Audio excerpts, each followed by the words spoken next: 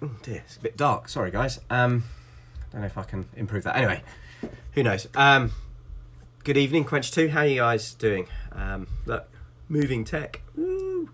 That's how I've been coping with lockdown, trying to play around and do new and different things with the technology. But I wonder how you guys are doing and what you're using to cope with lockdown. It's been a pretty hard week. This week with the weather being as rubbish as it is, but it'd be good to maybe share on WhatsApp what things you're doing to stay sane and to cope with lockdown. It'd be good to share. Say, I've been mucking around with technology, trying to learn stuff, and I know it's not perfect, and I've got to figure out lighting in here and things like that, but it's great to be with you guys and to share with you. The other day I saw this on Facebook. It was a picture, and it said this: instead of thinking crisis, think Christ is. Instead of thinking crisis, think Christ is.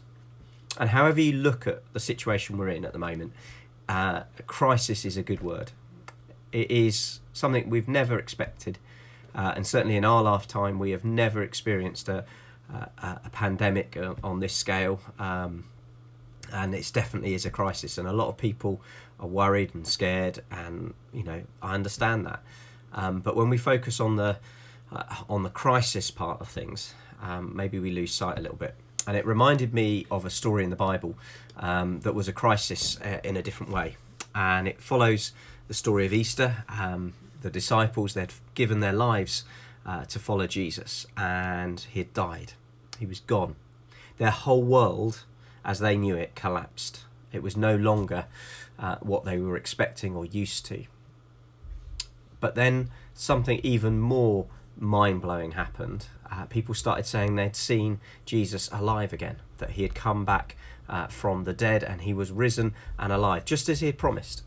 But one of the disciples, a guy called Thomas, didn't believe it.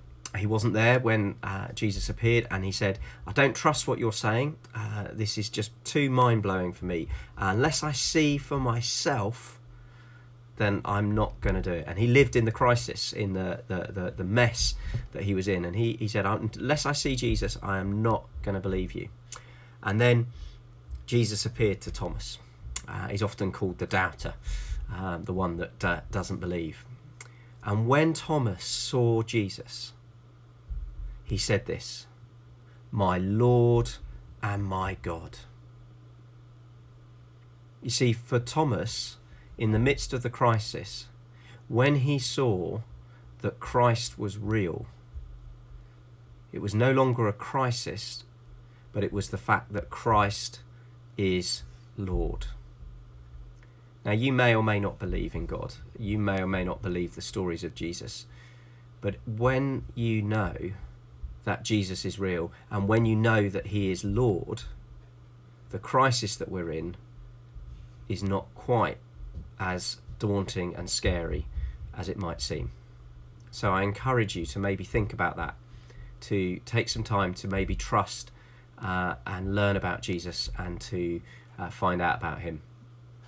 I'm going to finish there, but do trust, do comment, in the WhatsApp group after you've watched the video, and tell us what you think, and it'd be great to catch up with you guys there. Cheers, bye bye.